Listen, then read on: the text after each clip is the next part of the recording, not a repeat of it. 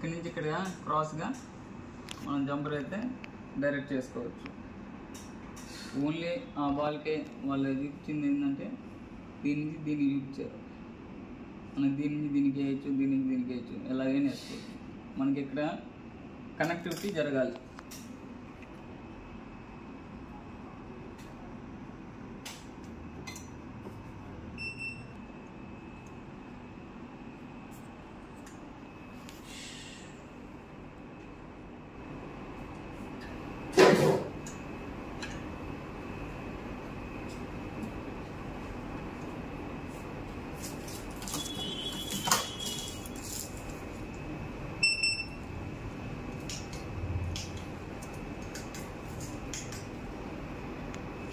ఈ